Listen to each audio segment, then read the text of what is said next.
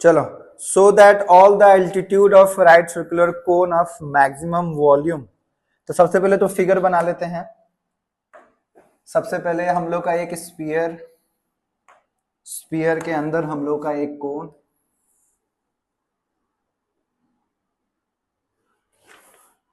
Altitude का मतलब हम लोग हाइट इसमें ड्रॉ कर लेते हैं, और ये हम लोग का radius. Altitude of right circular cone के एल्टीट्यूड को h ले लिया, that can be inscribe in a sphere of radius r।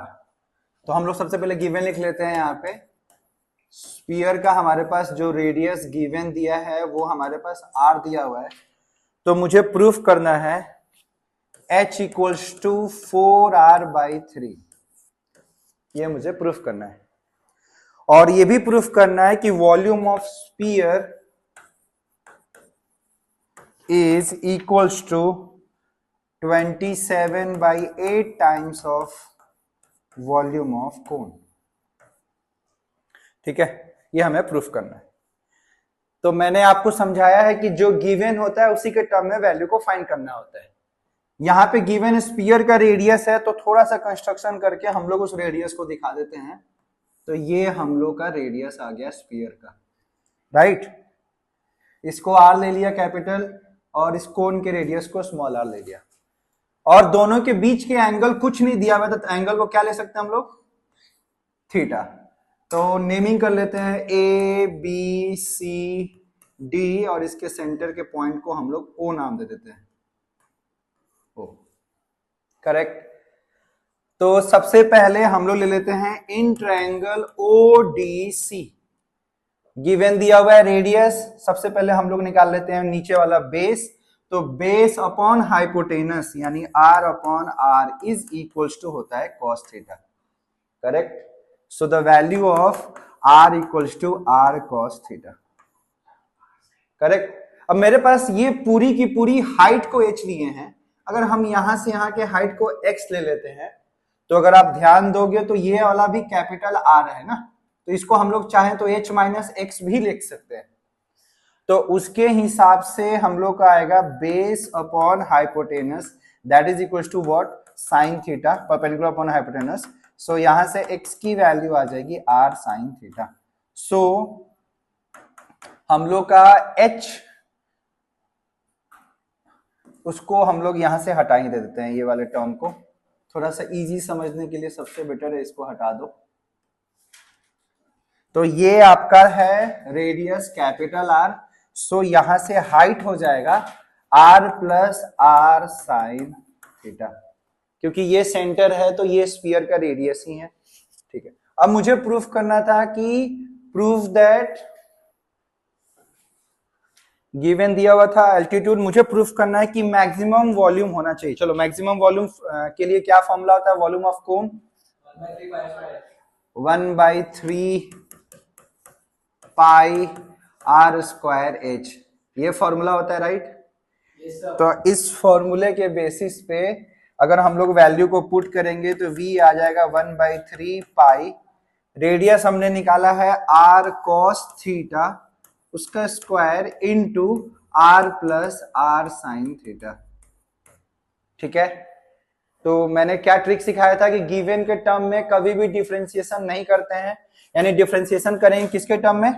Theta के टर्म में। तो हमारी वॉल्यूम हो जाएगा, पहले लिख लेते हैं थोड़ा सा अरेंज करके, 1/3 पाई r square cos square theta, और यहां से r कॉमन ले लेंगे तो 1 प्लस साइन थीटा।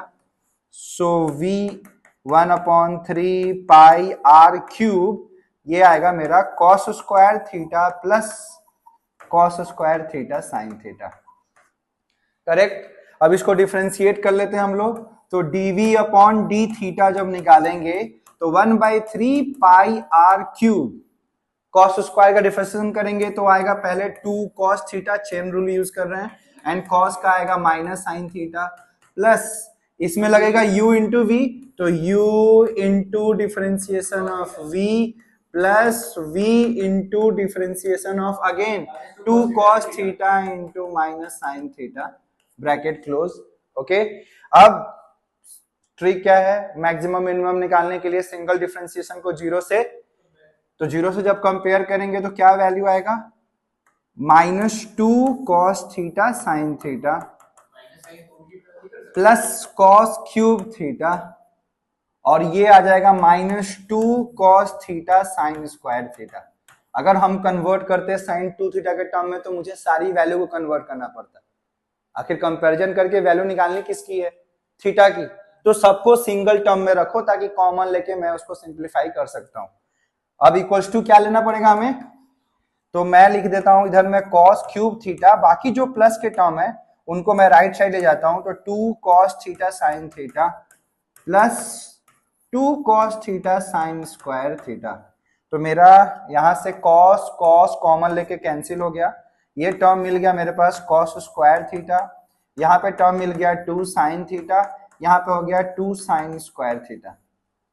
करेक्ट, ये साइन स्क्वायर में है, ये साइन है, तो cos स्क्वायर का फॉर्मूला भी हम लोग पढ़े हैं साइन में, 1 माइनस साइन स्क्वायर थीटा, तो ये क्या आ जाएगा 2 sine square theta plus 2 sine theta equals to 1 minus, सबको एक तरफ रीअरेंज कर लेंगे तो 2 sine square plus sine square कितना हो जाएगा 3 sine square plus 2 sine theta minus 1 equals to कितना।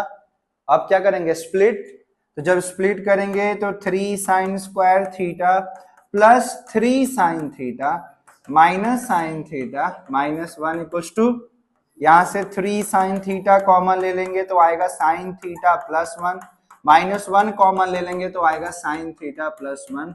सो the value of theta equals to minus sine theta equals to -1 और साइन थीटा इक्वल्स टू 1/3।